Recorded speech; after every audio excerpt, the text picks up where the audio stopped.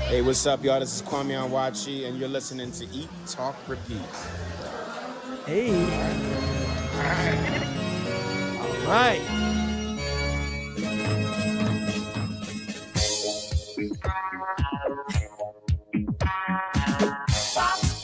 Pop music. Pop music. All right. Hello, Kwame. Hello, man. Kwame. Kwame Onwachi. I love the way he says it. He says it. I asked the first thing I met. I said, "Please tell me how to spell your thing." And then he said, "I'll put it out in your microphone." And there you go. And where were you? We was at Maroon. I was marooned at the Sahara Hotel. We'll talk about that. Freaking fantastic, with one negative caveat we will talk about later in the show. All right, can't wait. Yeah. Guys, you're here. It's Eat Talk Repeat. We're back, another episode. I'm Ash Watkins, the Hamburguesa Principesa of Las Vegas, and you are? I am the garrulous, grumpy gastronome. All right. So, and together we make up this show. You can find us at Eat Talk Repeat on all platforms, YouTube, Spotify, Apple Podcasts. You can email us, cheers@eattalkrepeat.com, all the fun stuff. And then we had a big milestone, John. We've got 200 subscribers now to the Amuse Bouche newsletter. Hold on. Now, good gosh. Now I know how Joe Rogan feels. I know. I just want his paycheck. Wow. Hundreds and hundreds of people listen. I told someone thousands of people listen to us. Hundreds of people watch us. Hundreds watch, thousands listen, but now we're slowly growing this newsletter community because I think it's a fun little place Vegas to catch food news. Yeah, Vegas needs it. I mean, people need something. I follow the Nevada Independent, CityCast Las Vegas. They do little newsletter blasts, which I love. But and they pay attention to some food news, but that's our sole focus, and that's what we're here to do. So yeah, we repost, we aggregate and repost, but then we also comment weekly on everything that's going on in the great world of food and restaurants in Sin City. We do, and we don't get paid for it, so people remember that. You get what you pay for with us. I'm just noticing, Sammy, it's Sammy with a Y, not an IE. See, I have her misspelled in my phone. Shame on me. Unforgivable. I just noticed that on the computer. Okay, so Sammy's here. Producer Sammy's to my left. Ash Watkins is where? I am in Newport Beach holding down the fort for Sam and Ash Law here in our Orange County office. Where I just was a few days ago. Not in your office, but in beautiful Orange County. You were also at one of my favorite places ever. High Time Wine? Yes, I want to hear all about your trip there. But restaurants, as far as our restaurants that we'll get into after the food news and probably after the break, we ventured up to the Uncommons and experienced what Nicole Brisson's doing at Amari. And then I had a nice pie from Good Pie, and then also went back to Brasseria by EDO. Where have you been? Brasseria, now what number trip to Brasseria by EDO was that for you? I can't even count anymore, John. I mean, you're becoming one of their regular patrons there. I almost went to Brasseria last night, but didn't. Long story. Went to a wino at the resort at Summerlin, which Ash Watkins now knows is not it's not the South Coast. Suncoast. It's the Rampart, formerly known as the Rampart. It is so confusing. That Rampart Casino has now changed names like 4 times in 20 years.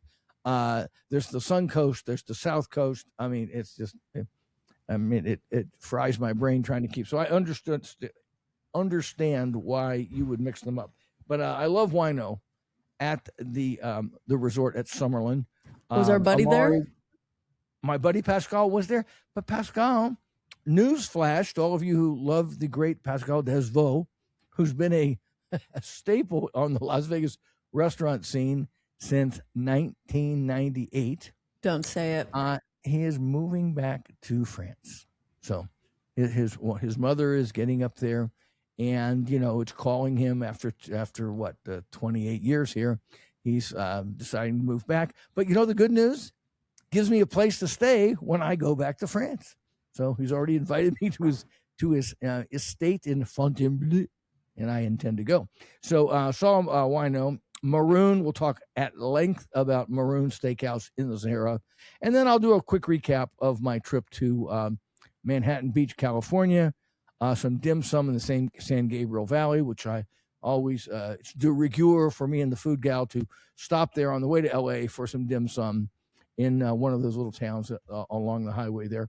And then we went to Truly Pizza, John Arena's new pizza offshoot in Laguna Beach. He has one in Del Mar that's been there for a few years. Now they've opened a new one in Laguna Beach, and it was something. As I said on social media, John Arena's Truly Pizza has as much in common with a generic pizza parlor as an Olympic athlete does with a couch potato.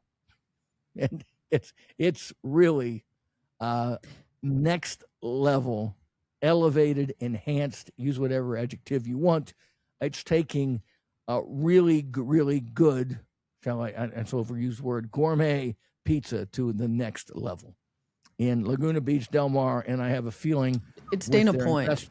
Yeah, and they're going to be Dana. What did I just say? Del Mar. Your first one was in Dana Point. Dana Point. Yeah, there's one in Dana Point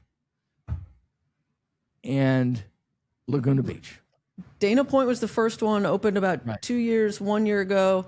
Then they just recently, within the last month, opened. Yeah, within the month. I think they told us we were there 2.5 weeks in. So, and it was spectacular. I'll tell you more about it later. That's about it. I'll talk about going to High Time for the first time. And then we'll talk about there's a lot of food news you can use. So let's get into it.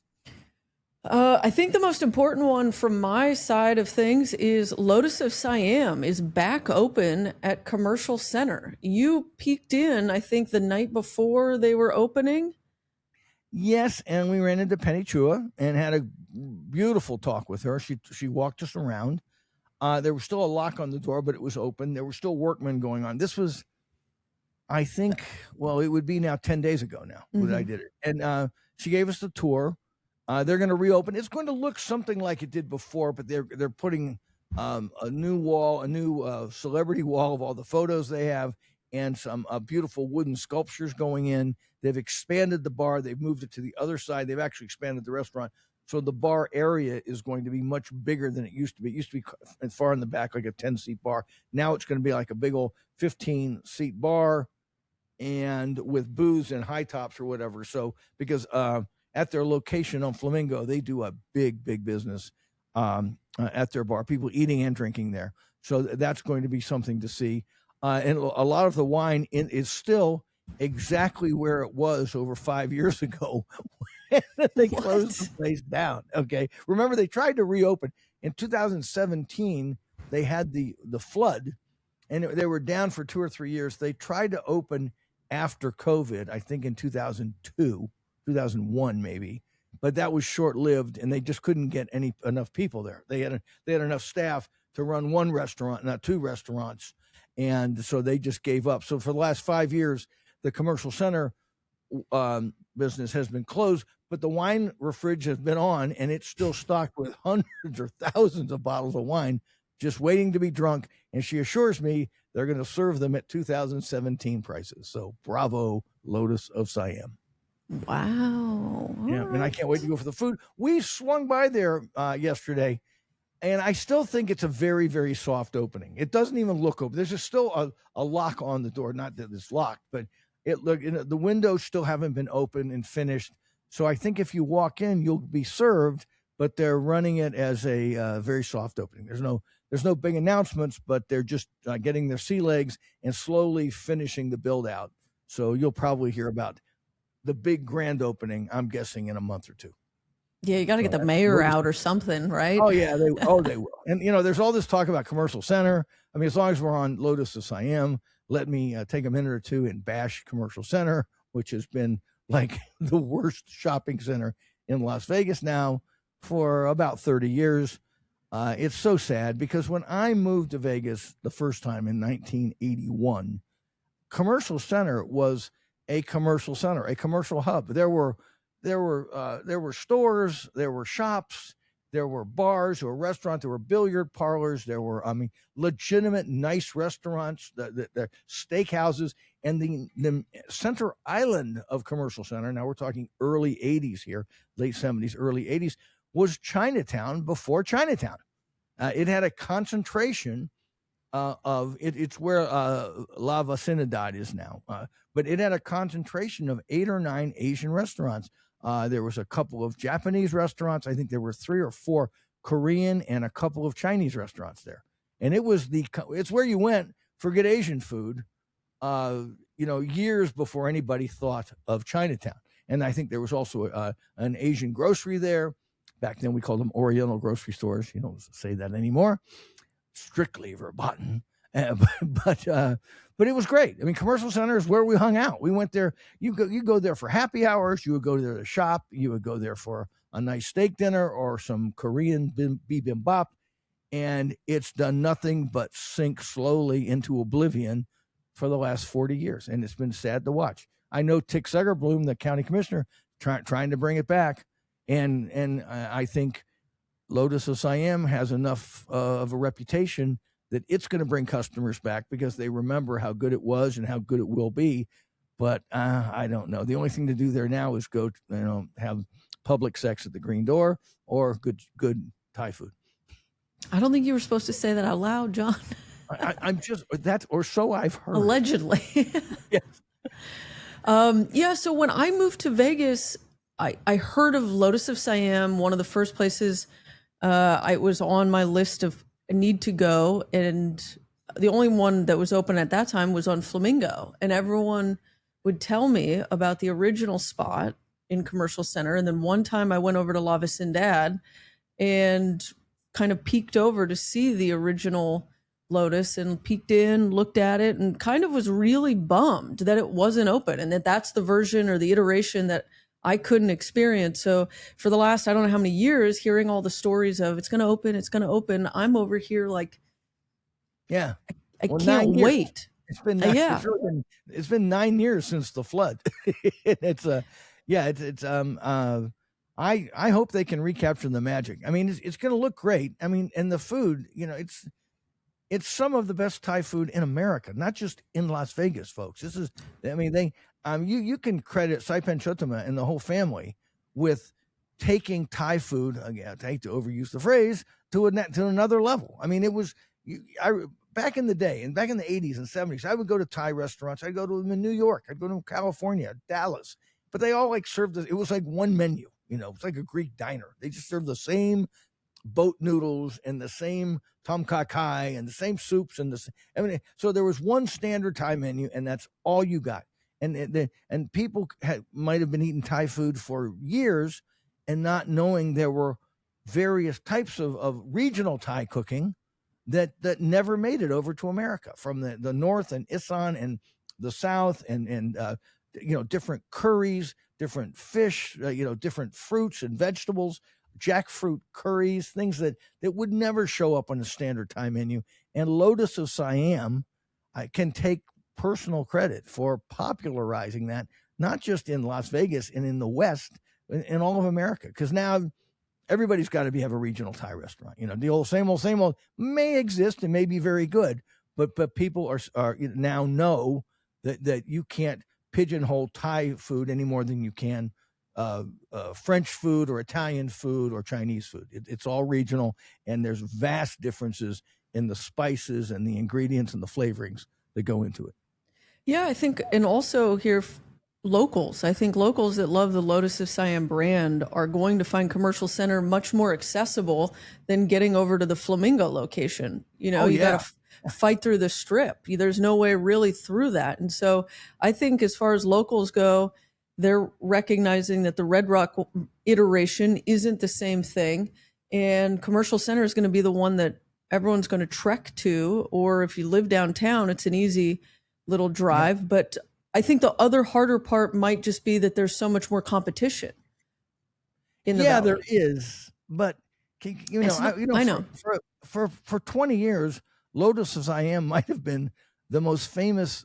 I'll go out on a limb and say it. It was the most famous Thai restaurant in America. Okay. Everybody went there. Every food restaurant back in the, I remember taking the James Beard voting committee there in 2010, 2011, because people came to town. I want to go to Lotus of Siam. You got to give props to Jonathan Gold, who first wrote about how good Saipan Chuttama's food was in the Los Angeles Times back in the late 90s. But starting in 1999, they moved here from Norwalk, California, and everybody made a beeline there. And it is, everybody, Anthony Bourdain to Joel Robuchon. You should see the pictures on the wall. Every host of every TV show you've seen, Bobby Flay to Padma, they've all been there, and for a reason. It's just not a bunch of hype. The food delivers, and it has one of the great wine lists in America. That's certainly the big thing. Yeah. That's the big thing. And I think I told you in the Food Gal this in the car. One of the times the time I was here to study for the bar and take the bar in Nevada, we were here for like 10 days or something stupid. And eventually you get sick of doing casino restaurants, casino steakhouses. You can only do so much of it. And so we were asking locals where to go. Like, well, get us out of a casino. And the two places they said were both in strip malls. And it was the Golden Steer and Lotus of Siam. And I got to the Golden Steer, but I didn't get to Lotus. And then by the time I got back around, that location had closed. So I'm very excited for this iteration. I'm really happy for the family, and I can't wait to go. John, I want to go with you, and I want to drink a lot of that.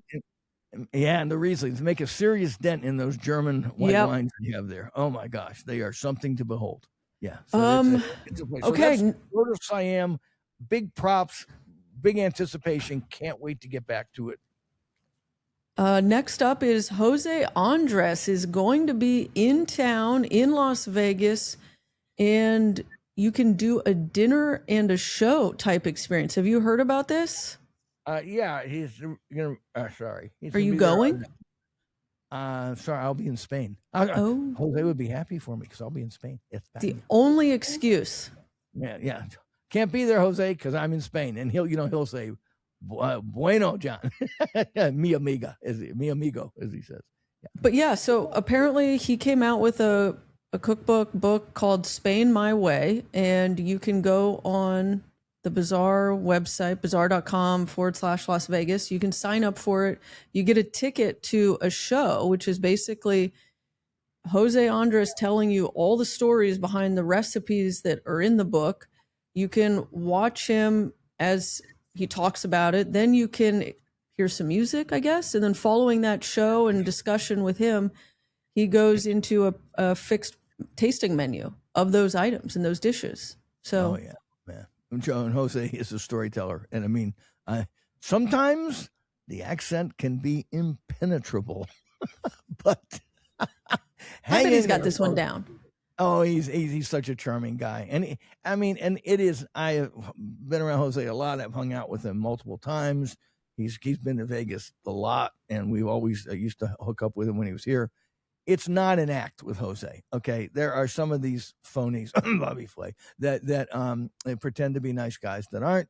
But Jose is a sincere people person who sincerely, the biggest hearted Spanish guy you could ever want to meet. And it's not an act. He treats everybody great. And I think that's part of his poor handlers and his PR people. They are constantly trying to corral him because he will get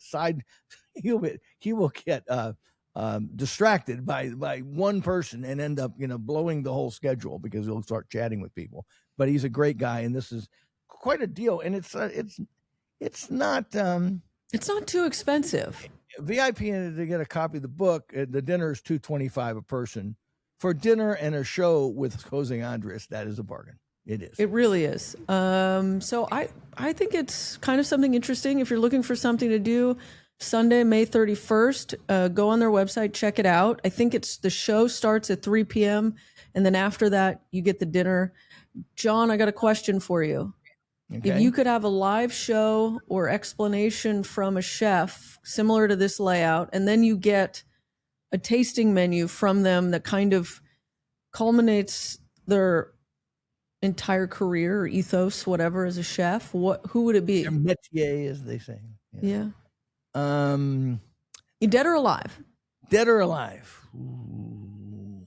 Well, you got to know, I've already done this with a lot of people. Humble brag. Can we disconnect him? Is it turn him off? Let me excuse me. Let me just quit patting myself on the back here. Okay. Well, I mean, let's do a Vegas. That was an interesting idea. You floated this past me, and she wasn't a chef, but I think dinner with Julia Child would have been something else. Okay. I mean, I followed her for years. I read all her books. I mean, if you ever go to my library, my cookbook wall in my house, which is an entire wall of a big room, it's I've got a lot of Julia Child there. Her or James Beard would be something. But in terms of chefs, I'd pick with the Vegas connection, just to keep it local, I'd pick Jean-Louis Paladin, which doesn't mean a lot to anybody anymore since he died in 2001. But for 3 years in the late 90s, Jean-Louis had Napa at the Rio Hotel, and he was one of the most influential chefs in the history of Vegas. He was right on that wave with the Maccionis at Le Cirque and that 1998-99 Hubert Keller, Michael Mina. They all took what it started with Emerald and Wolfgang and really just took it to 11. And Jean-Louis was this big bombastic French guy who had run the best restaurant in Washington D.C. at the Watergate for like 20 years, and he always got great reviews there. Ate lunch there once, many in the late 80s. And he came to town, and he was quite a character. Gravelly voice, chain smoking, heavy drinking, profane as fuck. Okay. But I mean, I was just around him once, and he just seemed like a hugely entertaining guy. And with the mic turned off and just a few drinks in him, that would have been Jean-Louis Paladin would have been a trip. So I'll go with Jean-Louis Paladin, and all the old gourmets and epicures out there will know who I'm talking about. All right, there you go. Who will yours be, Miss Neophyte? Oh man, I don't know. Let me think who you would think. Guy Fieri, maybe. Now let me see. What TV? What superficial TV personality would ring your chimes right now? Tom Colicchio. Well, yeah, he's a good-looking guy, and he's a great chef. And he'd be a fun. Now, there's a great guy to hang with. I mean, and like to get back to my humble brag, I have hung out with Wolfgang Puck and Emerald the guy, and they are a lot of fun when you get them away from the PR thing. They're always on, but if you just get them at that right time when the evening's worn on, and suddenly you're just sitting at a bar with them. Daniel Boulud was the same way. You have a couple drinks, everyone just sitting around a table, and people start swapping tales. It can be a lot of fun. But these really big names, you've got to catch them at the right time. Otherwise, it's all scripted and boring as hell. Yeah. Yeah, I don't know who I would do for Vegas, but I think just in general, I wish I could hear more from Anthony Bourdain. Oh yeah, he came to town. He was, but Anthony Bourdain was a miserable man, but he was an interesting guy. Well, that's how I like him. So there we go, and on to the next. Boy, I'm going to shove that in your face and go, that's how Dash likes a miserable and suicidal. It's got a balance with me. You like edgy guys. I know you. You do like edgy guys. You are. The worst thing you can do with Ash Watkins if you're a man is bore her. Okay, I'll tell you. Give it a tipster guy. She needs that. She needs a little bit of. You got to keep it interesting at all times. Am I right? All the time. Right? It's the golden rule with me. Yeah. And okay, now that we've told everyone the trick to keeping my attention, Connie and Ted's in West Hollywood announces their closure. My buddy, friend of the show, JB, crushed. I mean, I could feel the tears coming through the text he sent me. It's his favorite Barbara Fairchild, my friend in LA, she was upset too. I mean, it's been 13 years, I think they said. Is that right? 13-year-old seafood staple in West Hollywood. It kind of hones in on and leans in on the East Coast feel of it. I think Michael Timorowski just didn't want to run another restaurant. I mean, he's got Providence, which is one of the best restaurants in the country, and it's a real high end, super Michelin starred. I think he has 2 Michelin stars, deservedly, and maybe he just didn't want to run a chief seafood restaurant. I mean, think about it for a minute. What's the one raw material that costs the most and has the shortest lifespan? Fish. Yeah. I mean, we're not talking broccoli here or chicken in a freezer here. We're talking about by the time it hits your front door till you got to sell it is like less than 2 days.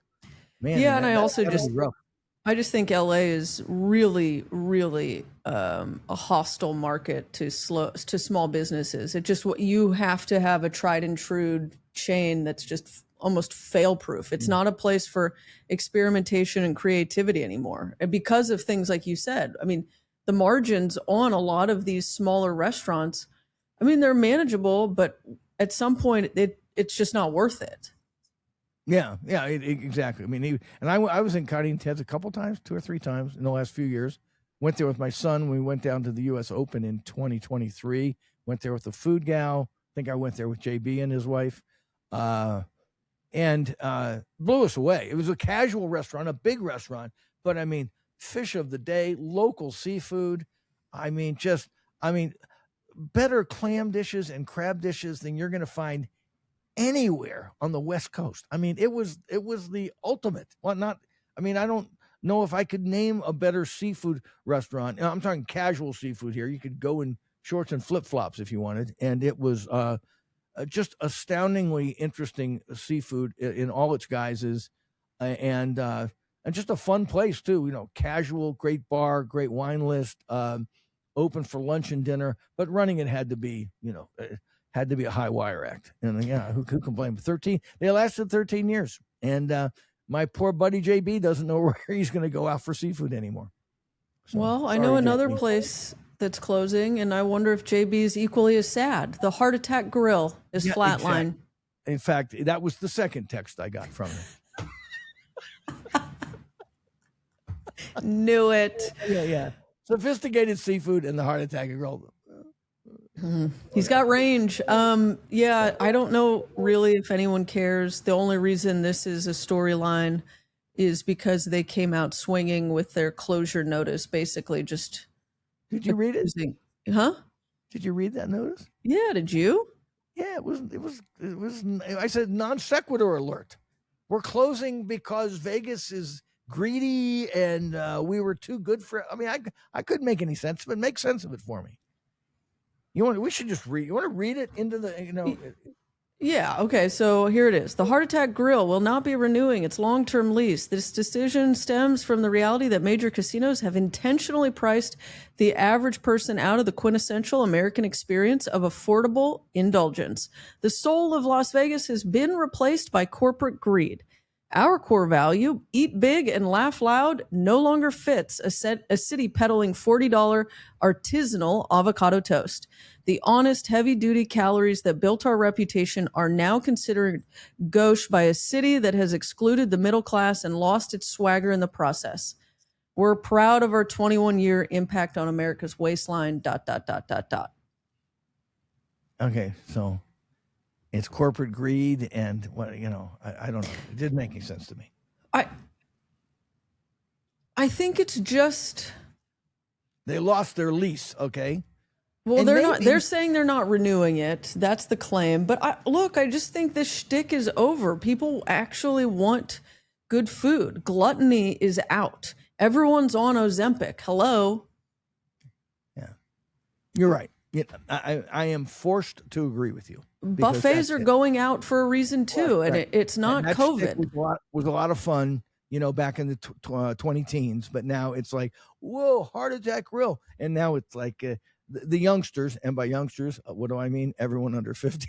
They're not going there anymore. They're just not. And the real youngsters, the burger crowd, the people in their teens and 20s, it's got to, that sort of eating, is anathema to them. So yeah, it would doesn't make so they can blame corporate greed all they want, but you're right, their shtick was over, and that was that. Interestingly, though, this made news. I subscribed to the Independent, a British newspaper. This was a big story they picked it up in the Independent, and lots of news outlets picked this up. It was aggregated and rebroadcasted, and I didn't think it was that big a deal. And this place started in Chandler, Arizona. I think Vegas was its first offshoot. I don't know if it ever made a hit many other places. And I did eat there once, and I thought the milkshakes were really good. But did they spank you? What? Did they spank you? No, I did not weigh over 420 pounds at the time. No, that's not the shtick was if you didn't finish whatever you ordered, that they got spanked? Yeah. Oh, I mean, you could obviously they let you out of it if you wanted, but yeah. Well, the milkshakes were good. They were very caloric. They added butter to the milkshakes apparently, but yeah, it was, I don't know. It was, it actually fit Fremont Street. So I wonder why they, if ever there's the last ditch crowd that would go for that idea, it would be in Las Vegas. Okay. But apparently it was too tacky even for us. Look at that. What else? Snappy's Burgers. Have you ever been to Snappy's, John? Snappy's Burger is the one at the Decatur and the I-95 or whatever they call it. Have you been? Right? No, I drive past it all the time, but I have never been. It has a movie theater, a movie screen. You can watch movies there at night. It's crazy. So what's the news on that? 100%. It's a cute little drive-through, and they're always featuring different movies that you can go through the drive-through, get your burgers, candy, popcorn, and then pull up and watch the movie and eat in your car. They're apparently doubling. They're adding another one. So there you go. And I think it's always a fun spot. So North Las Vegas, West Cheyenne, and Allen Lane. Keep an eye out for Snappy's 2.0. We got a news alert from Sam, and he reminded me that I think Latin American Cocina is reopening soon. Yes. And he announced. Well, Steve Kessler announces on social media, the wait is almost over. We're reopening, but he didn't give a date. He was being very cagey about this. Okay. Very cagey. But he did indicate to us here at Eat Talk Repeat that we will get a sneak peek of said menu. So I cannot wait. And okay, that's going to be, and that's going into the old Tres Cosuelos space, and that's another place. God bless shitty little strip malls, because if you can depend on them for one thing, it's convenient free parking. 100%. I mean, you can pull right up the Lotus of Siam. You can pull right up to the new Aroma, and it's going to be something else. Okay. Is it Aromi? No. Okay. Aroma. Thank you. There's Amari, Aromi, and Aroma. And this should be a test, folks. Can you tell me right away which is which? Okay. Aroma Latin American Casino. Amari is the one that we just went to, and Aromi I have not been to. Is the Italian run by the Castellanos family over out in Summerlin on Rampart and Lake Mead? I will give you a B+. Okay. I take it. B+. All right. What? All right. Well, let's take a quick break here and then come back. Or are we almost done? No, we got a couple other things before we unleash our reviews upon the world. Cheap drinks. We can run through them. Well, let me run through these last headlines pretty quickly. There's a new happy hour website. We get a lot of emails about this and DMs asking us for good happy hours, good deals, lunch specials. Go to BlueBirdLV.com. Blue, BLUE, bird, BIRD, as in Lima, V as in Victor.com. It's now a crowdsourced tracker for local happy hours and lunch specials in Las Vegas. So there you go, people. It's don't come to us, go there. Featherblade Craft Butchery is getting competition in the Valley. We're getting 2 new butchers. We talked about this on the Amuse Bouche. I see that Featherblade plowed the ground, and now the Johnny the butchers come lately are going to show up. And ride the wave. Yeah. So we're getting mixed metaphor alert. Okay. So Brad Wise behind Rare Society at the Uncommons is opening the Wise Ox Butcher Shop in Delhi in the same complex. I don't have an opening date for it, but go follow their Instagrams. It'll sure to be cool. And then Mark Marone or Maroney.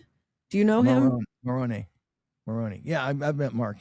He's had a couple of really good chef, and he's had a couple of false starts here in Vegas, or done well and then things didn't work out. And if I racked my brain, I could remember what some of the stories were. But he's a well thought of guy and talented fellow, and he's going to bring a Diamond Spur Butcher Shop to South Fort Apache near Rhodes Ranch. So that's South Fort Apache. That's way south down there. Non-GMO eggs, pork, blah blah blah. Yeah, okay. So now we're going to basically, butcher shops are popping up all over. It's funny because I was in Manhattan Beach last weekend, and I met this Manhattan Meats butcher because my friends, the Marcus boys, shout out to Joe and Joey Marcus, love to shop there. And it's an old-fashioned butcher shop with a wine store and a grocery store right next to it. And it's puts you somewhat in mind of Featherblade. And I was telling him, we need more butcher shops in Las Vegas. Come to Las Vegas. And here I come back to this news. There's 2 opening up. So there you go. That's good. And then go ahead. Last but not least, the Arts District has a new, wait for it, John. What? Beer hall, beer garden, drinking hole. In the art, yeah, we need that in the Arts District. Another beer garden, another brew pub. What's it called? Bartho's Bierbar. It's in that little container park on Wyoming in between Commerce and Maine. It's a bottle shop with the largest selection of German beers. So there you go. Interesting. I wonder if it will compete with Silver Stamp. Big fan of Silver Stamp. So we'll see. And after that, that whole little complex there looks all too low rent for your ascot. The grumpy ascot wearing gastronome. All right, let's take a quick break, come back, and go through our reviews. Welcome to Sam & Ash, the new standard for personal injury law, because you deserve a team that delivers real support and results. When you have both, your whole world can change. Sam & Ash Injury Law, because you deserve what's right.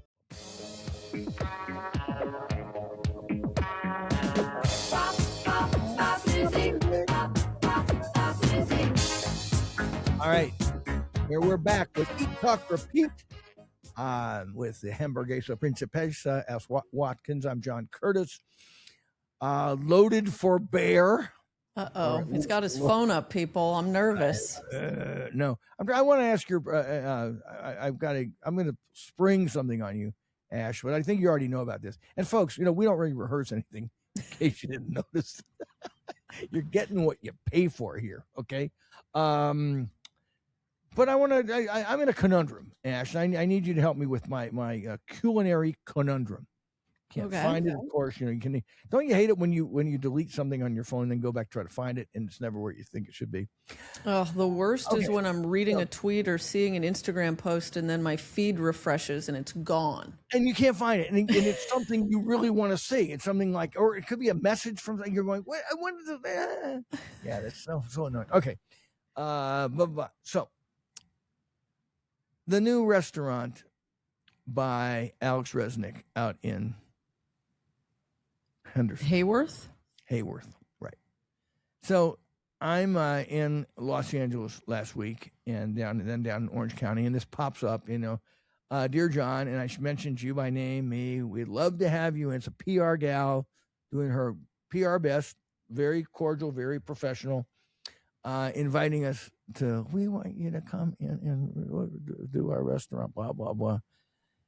And this, I'm giving you this, and this is mean nothing against Chef Resnick. I'm sure the restaurant's great, blah, blah, blah, or you. But, you know, my heart just sank when I read it because I went, oh, shit. I got to make another trip to Henderson. Okay. And I'm sorry, but I just don't want to. Okay. And he's a great chef. I'm sure the restaurant's good. I'd like to give him the publicity. I'd like to, you know, talk him up to, you know, the dozens and dozens of people who listen to this podcast. All right. And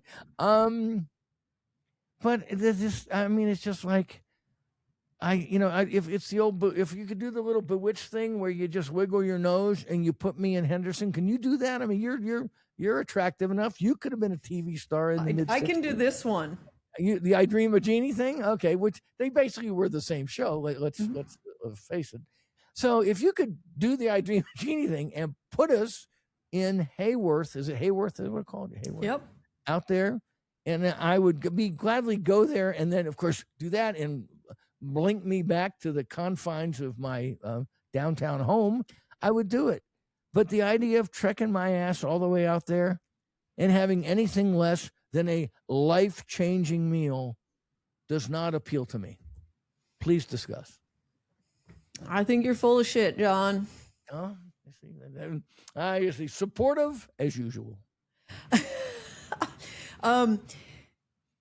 One, I've heard great things. We talked about it when we had Eric Gladstone on to do Unstripped. He went and said they were actually doing really great things. I want to go check this place out. This is a menu that's kind of piqued my interest. They're trying to do some things that are a little different. And John, I'm going to say two things. You're the passenger princess. Oh, now you're just taking now you're channeling my wife right now. Okay. You're the passenger princess. Go ahead. Say it. And you traveled further for worse and less interesting menus. I had this conversation with the food gal, actually. She wanted to go back to that Indian place you talked about on this show. Gujarat. Yeah, the Gujarat. And I told her, I'll say I'm absolutely going to go, and I will go. But I just want you to know, food gal, as much as I love you, I don't think I'm going to be driving past Gymkhana and Tamba in order to get to this little Gujarat place. Yeah, okay. And so I think you got to go, John. I think I've got to go. It's just, I don't know. Well, you were just out in Henderson. You were just out in Henderson eating at a bar.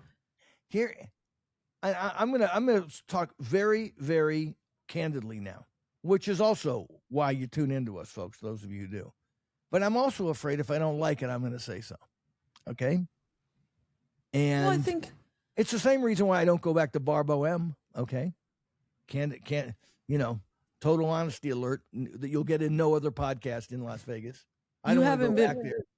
I'm in back, I'm in back for the fourth or the fifth time to be disappointed by the food there. No. Okay. And I see all the hype and all the advertising and whatnot, but no, I haven't gone back for I've been in 4 or 5 times. I haven't gone back for that next time to push the food around and go, they really don't know what they're doing here. Okay. Well, I think to push back on that, they've changed the menu entirely since the last time you've been. Yeah, like which is at least the third time they've changed the menu entirely. So what? At least they're instill confidence in me. That's fine. Am I just a negative Nelly today? Is that you are? But the hard part going on that vein, this Hayworth is in a spot that I think is now the third place that you've been to in that spot. Yes, it was a steakhouse, and then it turned into 138 Steakhouse. Another steakhouse. And now it's this. So I think that's the problem for you. Is you're like, it's another thing going in that space. So, and it's also a thing I don't like to, believe it or not, I don't like to bash mom and pop restaurants. I mean, these are not exactly mom and pops because they're well funded and professionally run. But Yeah, I don't. You know, if they're good, great. If they're not so good, they're going to rise and fall. It doesn't matter, in my opinion. Maybe it's getting older. I mean, you just don't want to waste as much time. You know, I look at the menus and I go, okay, a little of this, a little of that, a little of this. I guess it's also just being jaded. You know, too many miles on me. I'm guilty as charged, folks. I mean, I get it. But you know, when it's good, you'll find no bigger cheerleader than me and you and us. We are. You gotta take chances, John. I did enough with my personal life. Okay, you know. Well, Eric Gladstone already gave this place a thumbs up, maybe 2. If we go back and listen to that episode he was on, he talked about it. You're not going to deter me. Maybe the Food Gal and I will go without you. Yeah, maybe. You know, it's almost like I want somebody to tell me if they like it or not. It's kind of what I've done for years with my wife and some of her friends and our, you know, friends of the show, Pearl and Ray. They'll scout out places in Chinatown and go, John, don't go. You'll just not, it's not for you. And I trust them and I trust your opinion. And I want to like places, believe it or not, every place. But I don't want to go public, and I certainly don't want to go on social media, whatever my reach is there anymore, and say, you know, I just don't like it. I think I do the place a bigger favor by just staying away. Well, you can go. Can you, if you don't like it, can you not keep your mouth shut? Have you been around? You know who you're talking to? Okay, well, I think we got to get into our reviews. I will go, and I'll go back to the Bar Bohème for the 5th or 6th time. Okay. You got to go to their brunch. That croissant alone. Okay, fine. Just get a fucking croissant and just enjoy it, John. Enjoy life. Smile. Yeah, that's okay. All right. I'm in a good mood. See, I told you this would be a kind of an unpleasant little debate, or at least, but that's what you tune in for, folks. Okay, this is unvarnished, unrehearsed opinions about the Las Vegas food scene. We're gonna go to Hayworth. It's gonna happen. Okay, we will. You can go kicking and screaming, but let's talk about. I'll sleep in the back seat, and then I'll wake me up when I get there. Okay. Perfect. Let's talk about Amari at the Uncommons. Yeah. Now let's talk about a place we can cheerlead for, okay? Which I didn't want to go there either, by the way. Didn't want to go. I know. You were grumbly about it. Yeah, I was grumbly because, you know, but Nicole Brisson's behind it. What do you think? Tell me. You were there right with us. Tell me what you thought. Loved it. I look forward to going back. I mean, she was just kind of had the restaurant for, I guess, I don't know, maybe a week or 2 and felt comfortable with where they were at and showed us dishes that she had changed and tweaked and refined, and everything that I had, I was really, really satisfied with, except for one thing, the focaccia. I just didn't like it, but the pizza was really good. I enjoyed the flavor of the pizza crust and dough, but the focaccia kind of just meh. But everything else was tops. You didn't like the focaccia. That's kind of interesting to me. I mean, I didn't. I remember the pizza. And it's kind of it's a mushroom pizza. There's kind of a look at it right there. Mushroom pizza. And it was as mushroomy as a pizza can get. Okay. It was popping with flavor. I mean, then that fontina. I think it even had truffle, and I liked it. Yeah. The meatballs were good. Remember we used to call Sam the Crudo King? The Crudo King would love this crudo. He would love this crudo. And everything just had a chef's touch. The meatballs, she did this spring pea pasta here, which was wonderful, very fresh, and just had sort of a, you could tell she took a menu and said, I'm going to make it a little chefier, but I'm not going to intimidate the clientele here, but just make everything, 2 or 3 clicks better. And she did. And she still has a ways to go. She said she's retraining some of the young chefs out there, and it's so cute. I mean, I think of Nicole as just like my kid sister, but the 25-year-old chefs look up to her. I'm not going to give her, but let's say she's substantially older than 25. They look up of her as like this culinary god. Okay, and she says there because she's been on she's been on various culinary competition shows, and was Mario Batali's right-hand woman. I mean, she's just got major chops. And she says, so she walks in and they're all looking at her like, yes, Chef Brisson, like this. And it's so funny to see how people react to people in different generations. But she's going to turn Amari into I think, the class of the Southwest. And it's a beautiful restaurant. I mean, in a wine bar, and they have an Amari selection that's unbeatable, and a beautiful bar, and the lighting's good, and it's big with families. I think she's got an interesting line to walk here of upgrading it, but not making it too fancy. And I think she's just the chef to do it. So I was impressed by every single thing we had, even the focaccia. Why didn't you like the focaccia? It was dense and chewy. It just wasn't. It wasn't that light, airy, kind of just disappears or disintegrates. But the pizza had a great flavor. So I even told her, I was like, it's interesting because it's the same dough. I think it maybe was just the extra fermentation. I don't know. But it was fun. She wanted to send out octopus, and you were like, if I could literally go the rest of my life without another piece of octopus in my face, I would be stoked. And you were just pissed about it, and she sent it out, and you were floored. It might have been one of your favorite dishes. With the potato and a little bit of a tangy dressing on it. But guess what? Guess what really got me? Now, what's the one thing I hate in Italian restaurants, pseudo-Italian restaurants? Chicken parm. Chicken parm. This is her version of chicken parm.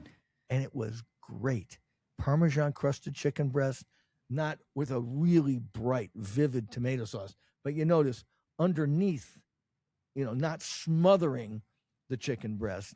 And then beautiful little bocconcini mozzarella balls with basil on top and fresh tomatoes. So, I mean, this is chicken parm with a higher education. And I was all in on it. Okay. It was great. So if you can get me loving chicken parm in your restaurant, it's a good restaurant. And then we had this agrodolce pork chop, which had the sweet sour sauce on it. I mean, this isn't like Italian food in your general neighborhood Italian restaurant. So Amari is going to set a new standard out there in the Southwest. Can't wait to go back. See, now I'm getting so old. I just want to go back to a place I know I'm going to like, rather than taking a risk on a place that I might not like and resent the 35-minute drive to get there. I'm sorry. I apologize for being a grumpy old guy. It's okay. We forgive you. But right. So that's that. Amari, great. Highest recommendation. Don't sleep on the desserts either. They were great. Then we're not going to talk about going to the summit. Hey, I saw Ash's moves. She was cutting a rug. YMCA. They started that, and I have the receipts. Okay, I look, folks. If you want to see them, go on my Instagram and Twitter feed. You'll see Ash Watkins cutting a rug. You had to show the people at the Summit Club how to have fun, and no kidding. Yeah, that's what I'm here for. My wife. I mean, it's a beautiful club. I mean, good gosh, it's just the best. And they have this singer up there who's singing everything. He was doing YMCA. He was doing Johnny Mathis. I mean, you name it. He was doing Creedence. He seems like he could sing anything. But nobody's just sitting there. And then the food gal and Ash Watkins go. He put on some dance tune, and you guys I danced with my wife too. If you remember, I was doing the whole first. I know you. I have a video of that. It was really cute. Yeah, but you two got up there and showed them how to have fun. Showed those rich folks, how to let their hair down. So that was fun. So where else are we going to talk about? What else? Well, I went to Good Pie. Always a great time. Vincent Rotolo, ran into him on Main Street celebrating the opening at Red Rock. So congrats to him. Really cool. I love what he's doing across the board. I think it's just quality and it's consistent. And then Brasseria by EDO. I have zero complaints. What'd you have? What did I have? Burger. And then also these little, what are they, like the soup, the onion soup tortellini things? Those. Oh yeah, those are good. The golden tartare is always on my order. You'll never see a receipt that doesn't have that, because I think it's one of the best dishes in the whole Valley of Las Vegas. Yeah, it is, and it's healthy. It's golden beets, and just done right. I mean, it's healthy, it's light, it's tasty. I mean, it's just it's a superstar dish. So, all right. So let me go real quickly through mine. I'll save the best for last. Went down to Los Angeles. Went to Longo Seafood again, folks. We'll just do a quick hits on a couple of these. I've been going to the San Gabriel Valley for dim sum since the late 80s. I made a joke on Twitter that Jonathan Gold sort of made it popular, but I was there a decade before he was. Rest in peace, Jonathan. But yeah, so I hit different places every time. Longo, Longo, just in one of these little towns. I think it was Alhambra. And when you have dim sum down there at these better places, and there's about a dozen well thought of places, I don't want to put up down our place. I like New Asian Barbecue. I love Palette Tea Lounge. I like, I like the ones we have here, but it's just better there. It's a more demanding clientele. There's more variety, and they just, the barbecue pork is just better. The buns are just fresher. I mean, some of the hargao are bigger with giant fresh shrimp in them. Here, sometimes things get kind of tired. You can just tell it's a more discriminating customer base they have down there, and there's more competition. So the dim sum in that area, in Monterey Park, Alhambra, San Gabriel Valley, it's just something. Look them up. Look up my Twitter feed. It'll tell you more about Longo Seafood. It's very good. And then went to High Time Wine, which is like the greatest West Coast wine cellar. It's been there since 1957 in Costa Mesa, a place that Ms. Watkins, I'm sure, is well familiar with. How far from your office is that place, Costa Mesa? Oh, maybe like 2 miles. Yeah, so you're right there. Okay, so Right we got there there. at like 10 o'clock in the morning, and we're walking around there with the Marcus boys, and it's looking like a nice liquor store. I see a little wine in the left, and then my buddy Joe goes, "John, there's a whole other store downstairs." And I went, "Oh, that's where the wine is." And you go down to the cellar, and it's just like an acre of wine, every great wine in the world, I think. What a store. I mean, what a store. I mean, I was not with wine people, so we were only there less than an hour, but I bought 6 bottles, you name it. French, Italy, Spain, Germany, Alsace, Chile, Argentina, they cover the map. And then Joey, who's a younger fellow, and he loves his whiskeys, he points out on the top floor their wall of whiskey with all these incredible scotches, and some of these Scotch bottles and bourbons are like $2,000 a bottle. Did you go into the champagne room? No, I didn't make it to the champagne room. I saw it, but I didn't go there. I wasn't being rushed out by my friends and wife, but we had other things to do that morning. So, I mean, it was like, it was a quick stop. Can't wait to go down again. And am considering just making a road trip down just to go there and stock up my wine cellar from there. Cause what a place. High Time Wine Cellars. Then went to Truly Pizza, which is the John Arena, the godfather of pizza from Las Vegas. He has a partner down there, Donna Baldwin, whose name might mean something to you, the old timers, not to you young pups. But she was married to Bobby Baldwin. She was, and back in the 90s, who was Steve Wynn's right-hand man when they opened the Bellagio and the Mirage. And Donna worked in the casino business and was also a model. And she's absolutely gorgeous. Tall, I'm probably 5'11" or so, still gorgeous. I mean, she's 10 years younger than me. She looks like she's 30 years younger than me. And she's is investing with John Arena in these Truly Pizzas, the one in Dana Point, and now they've opened this brand new one in Laguna Beach. And these are kind of basically an elegant, fast, casual restaurant, if that makes any sense. An elegant, fast, casual pizza restaurant with sophisticated drinks, a curated wine list, all kinds of pizzas as designed by Chris Decker. People remember him, and Mike Vacnine, who opened 00 Pie and Pub here. So he has pizza savants and the godfather of pizza from Las Vegas opening up in Southern California. And now they're looking, and these aren't just pizza, not to put down like Vincent Rotolo's places, but Vincent Rotolo is opening like pizza parlor restaurants. These are more like restaurants, like with you know bartenders and servers and much more of a big deal.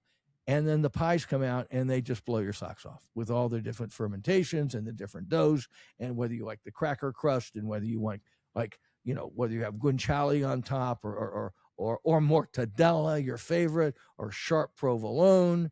I mean, all kinds of crusts and combinations that just blew us away. And I think we ordered like 4 pizzas and they ended up sending out 8 pizzas. And they were all fantastic. So Truly Pizza, if you're in Southern California, I think they may eventually come in reverse to Las Vegas. You see what I mean? I think they have plans for pizza hegemony in the West. Okay. And I think this is just the start of a series of restaurants, that one of which may eventually make it back to Las Vegas. And if it does, it'll be the most restaurant-like pizzeria Las Vegas has ever seen. So Truly Pizza, keep your eye peeled for that. And then finally, Maroon. Kwame Onwuachi, as he says it, was there.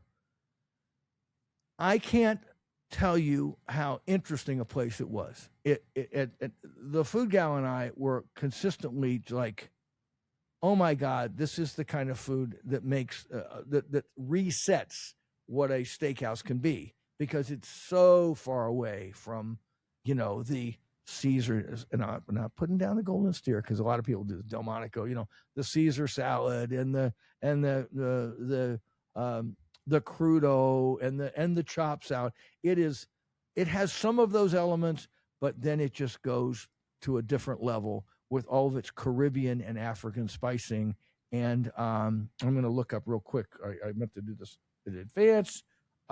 Some of the things they do, we started eating and going like, these are things that people just don't, Las Vegas has never seen before. I mean, whether it's a jerk chicken with 6 sauces. Okay, actually there are 3 sauces. I added 3 more. I mean, incredible cocktails, interesting wine list. The pizza, the clam pizza of all things. They call it a white clam pizza, which is phenomenal in just the crust and the cheese and the little hint of briny clams in it. I mean, would compete with any pizza in any pizzeria in Las Vegas. Again, it's fuzzing out. And then things like goat. I'll show you this. This is they call it the jerk clam flatbread. Yeah, they call it a flatbread. This is the goat ravioli, jerk goat ravioli. So, which is basically just shredded goat meat inside these raviolis with sort of a pesto sauce, but it's spicier than pesto sauce. And everything we ate, from the sauces to the jerk chicken, I love the jerk chicken. I mean, you'll not find a better version anywhere. They just didn't hold back on any spices, and that's what got me. They were like here's their chopped salad. You can tell, very colorful stuff, but everything has like a punch or a tang to it. And and Alexander at one point said, yeah, it's like he's doing a dish that kind of it looks one way, and then it sort of punches you in the mouth with flavors you're not ready for.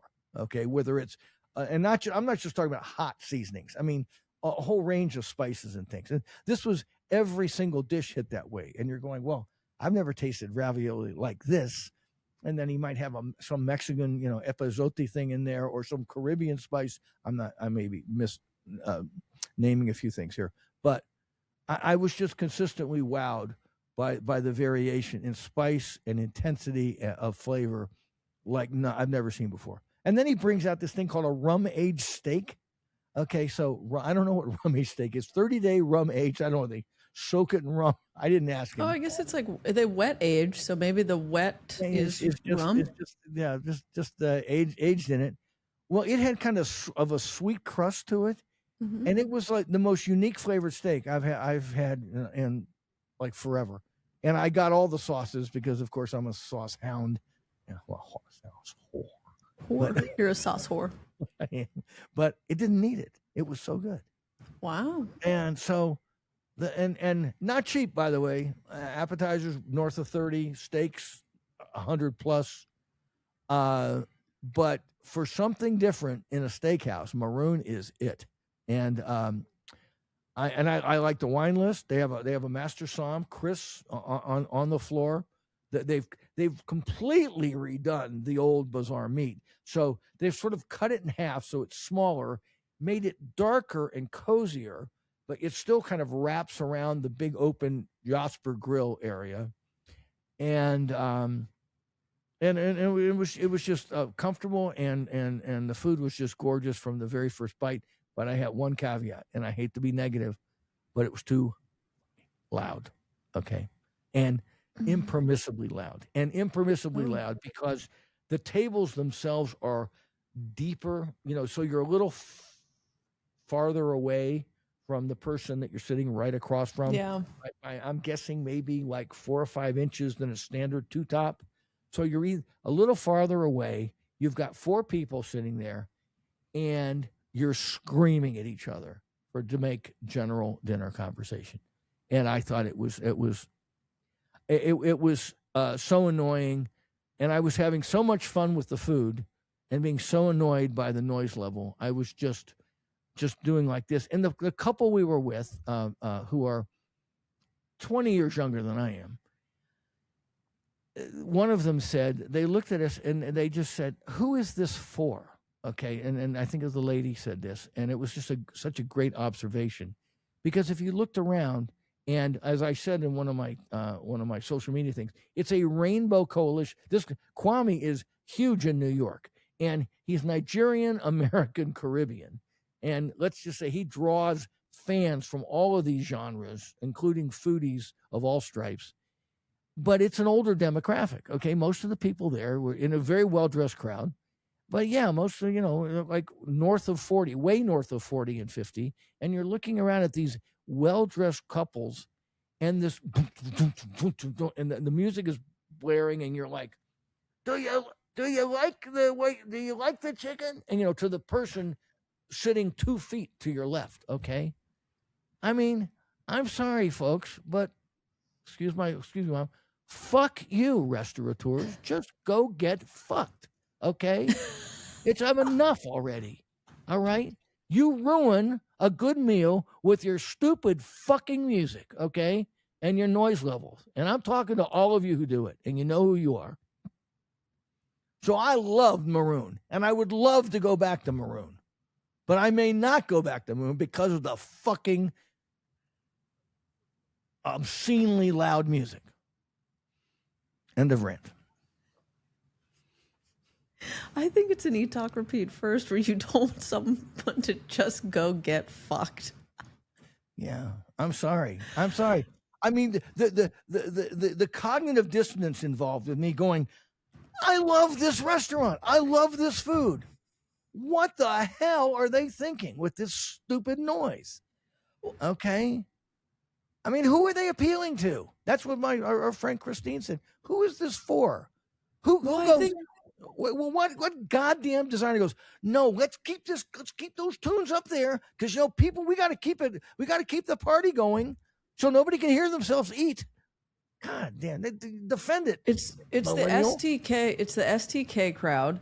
But what I think a lot of people don't realize is when there is all of you can't tap into both senses at that level and really enjoy either one. And this was your gripe way back when with Delilah. You're like, I would go sit there and watch the show with a cocktail and love it. But if I'm trying to eat an elegant meal while this music's going on, I can't pay attention or give either the attention they deserve. And I'm going to guess and go out on a limb that this music doesn't tickle your fancy and isn't what you want to pay attention to. And it's a little more clubby and see. Let me make this. We may be splitting hairs a little bit here. It wasn't the music itself. It was just the overall ambient noise level, okay. to which the music contributed. I Got have it. no objection to the music. Okay, the music it wasn't my music, but it was Just loud. It's just they it was can the figure music that was out loud, though. and the restaurant was loud, and it played off of each other. But the music turned down a few notches would have been perfectly fine. So I'm not Well, complaining. the good news about, is Yeah. these are fixable things. If but the they don't real fix them. They don't fix well, them. okay, but Delilah's You not can't going to hear your take the fucking no, no, self- no. You can't hear yourself eat in Esther's kitchen. James Street's never going to fix that, okay? Because he wants his party. I want to have a party in my restaurant. Screw that noise. People want to eat and talk. Okay, sorry. I interrupted you, my fine, lovely, compassionate, erudite co-host. Please continue. Well, I think that Esther's Kitchen crowd is different than when you're spending $110 for an 8-ounce filet mignon. I think at some point, that's a different crowd. People don't mind clanking of plates when there's paying $35 for an entree. When you're paying $110 for the smallest steak, yeah, that's a problem.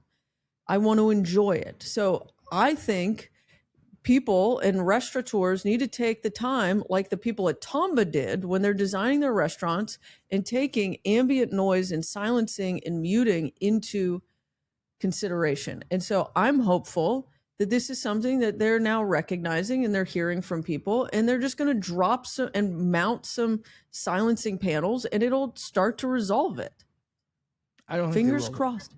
I think. I mean, I wish that were the case. I do. Was it packed? It was we went on like a Wednesday night, a week ago Wednesday, and it was I mean, it's a tough ticket right now. It is a very tough ticket right now because it's like I said, he has a lot of fans from all over the country, and it was very busy. Well, packed, Do you find it difficult here in Coat? What? When you go to Coat? When you went to Coat? Coat is close, but there's something about sitting in those back booths. You can create a little bubble of yourself. I don't know why, but I find it a little easier to talk. But let me say the one thing I finally said to my wife, or somebody asked me about it, and I was ranting to them about the noise level. And the rant, when I'm using the F-bombs and everything, folks, it's not just aimed at Maroon. I mean, it's aimed at dozens of restaurants in town. And when I go to a new one, especially one that I like the food as much as I liked at Maroon, it really annoys me and sets me off. But what I said, somebody said, well, will you go back? And I said, you know what I'm going to do? I'm going to go back. I will go back with my wife as just a two-top, because I made a joke, because it's easy to sit there and eat and ignore your wife. Okay. And joke. You know what I mean? Do they have booths that are like easier? No, not really. You're really kind of exposed. There's a line of kind of booth chairs, and there's a back room, but I don't know if it's any better. But what I meant by that is, joking aside, is that if you just go there with one person and you're there, say, I just want to go and try a few more things on the menu, it's easy to just not make a lot of conversation with your spouse. I mean, you can say, I'm here to try this, and this, and enjoy it and not think too much. But you get 4 people at a table, and as our friends, you walk out of the restaurant and you're literally like, oh my God! It's like I was, I was during the London Blitz and the German bombs were coming off over it. Now they finally stopped. You can, a sense of quiet comes over you because you don't realize how you've been bombarded with noise, for 2+ hours, and this is not healthy. It's not healthy for your body. It's not, and it's not conducive to enjoyment. You just hit the nail on the head. And I guess I wouldn't be so mad if I thought there was any light at the end of the tunnel or some silence at the end of the blaring, but I just don't see it. I mean, I guess that pissed me off too, because I was so looking forward to this place and I so liked it. And I'm like, oh no, another place that is going to be just aimed at this dumbass, we have to have a party atmosphere, because that's what everybody wants. If we're going to charge $125 for a strip sirloin, I would think the people paying $125 for a strip sirloin would like to simply enjoy the tastiness of the rum-aged strip sirloin. I think there's a delicate balance, and we don't appreciate or recognize the restaurants that actually get it right enough. We only notice the ones that are on the peripherals. And I think some people would argue, well, Guy Savoy and Joel Robuchon, they go too far. You feel too nervous to even talk in those places because but I would push back and say, actually, no, you just have to enjoy the room and enjoy civilized conversation. So some people will go, that goes too far. And then this goes too far the other way. And we got to recognize the places that do it right. And I would say like Cipriani is a great one. They, you get a good jovial, loud crowd, but no one's really overwhelmed. Yeah, and there can be 8 of us at a Cipriani table at the far, and they're playing some music, although they keep it very, very low there. But I can raise my voice a little to hit the person sitting two chairs away from me, but not a lot. And you never walk out of Cipriani going, "Holy shit! Thank God I can hear again." So sorry. I mean, I the thing is, the people who listen to us in my crowd and even in your crowd are going to be simpatico with this, but the money people and the designers behind these restaurants, they just see it a different way, and they must connect this with people's enjoyment and profits, and that's why they keep doing it. But it's going to keep me away, and Hayworth, I'm guessing at least Hayworth, way out in Hentucky. I bet it's. I've been in that space before. It's a beautiful space, and adults can converse during a meal there. So a lot to be said for that. I had a follow-up question. I think we don't have any pet peeves, but when you kept mentioning spice, I just had a big one. I know, but I want to clarify, when you're talking about spice, was there anything that was too hot, like spicy hot, like capsaicin wise, or is it all just like flavor notes, like those pings, like? Yeah, like these shrimp. I mean, these shrimp had I think they call them pepper shrimp. And there are hints of that spice that come out, but there's also like deeply flavored kind of back notes of bottom notes of not that high electric spice that you associate with like Thai food or Szechuan food. I think of like a base note that comes in the back of the palate, and you're getting it, but it accents but doesn't overwhelm the flavor of the main ingredient. Those shrimp are a great example, and that's what I found over and over again. And of course, Kwame's in the kitchen. The challenge, of course, is for him. He's got a DC restaurant. He has a restaurant in Washington D.C. I have a feeling that he's also expanding. So the challenge is going to be training his staff and getting the right, sous chefs and chef de cuisines ready to execute this stuff that way when he's not there, making sure everything is done just right. But the recipes are solid, and like I say, if you can stand the noise, you'll really enjoy the food.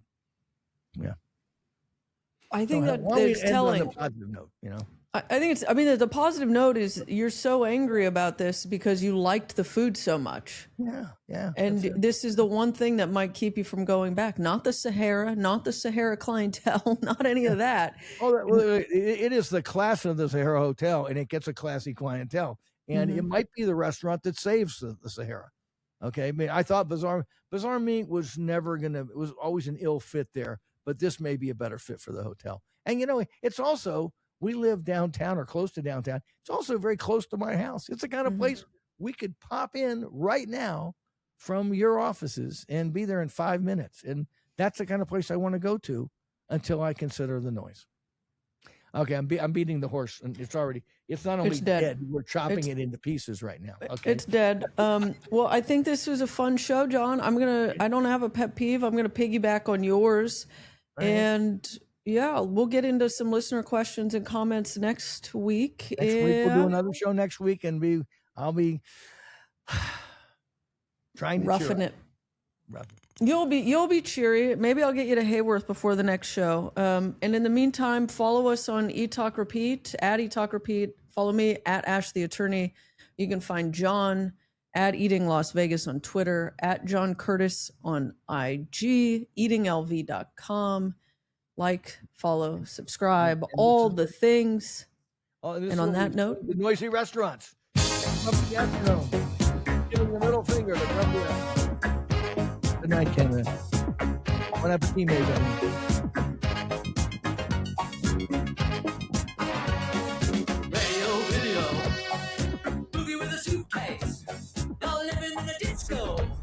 Forget about the rat race.